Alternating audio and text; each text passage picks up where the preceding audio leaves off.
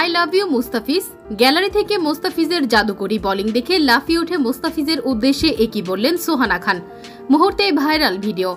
দর্শক, লখনৌ সুপার জায়ান্টসের বিপক্ষে টসে হেরে ব্যাট করতে নেমে শেষ দিকে শান দিয়েছেন মঈন আলী ও মহেন্দ্র সিং ধোনি।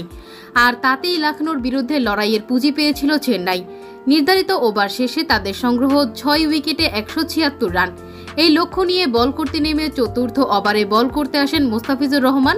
আর বল করতে এসেই নিজের জাদু দেখিয়েছেন মোস্তাফিজ। নিজের প্রথম বলে দিয়েছেন 1 রান, তবে পরের বলে খেয়েছেন 4, তবে পরপর 3 বলে দিয়েছেন মাত্র 3 রান এবং শেষ বল দিয়েছেন ডট। সব মিলিয়ে এই ওভারে দিয়েছেন মাত্র 8 রান, যা ছিল সত্যি দুর্দান্ত। এদিকে মোস্তাফিজের জাদুকরি বোলিং দেখতে গ্যালারিতে এসেছিল সোহানা খান। আর মোস্তাফিজের এমন বোলিং দেখে মুগ্ধ হয়েছেন সোহানা খান। তাই তো গ্যালারি থেকে মোস্তাফিজের উদ্দেশ্যে কিস ছুঁড়ে মারেন সোহানা খান, যে ভিডিওটি মুহূর্তেই সামাজিক যোগাযোগ মাধ্যমে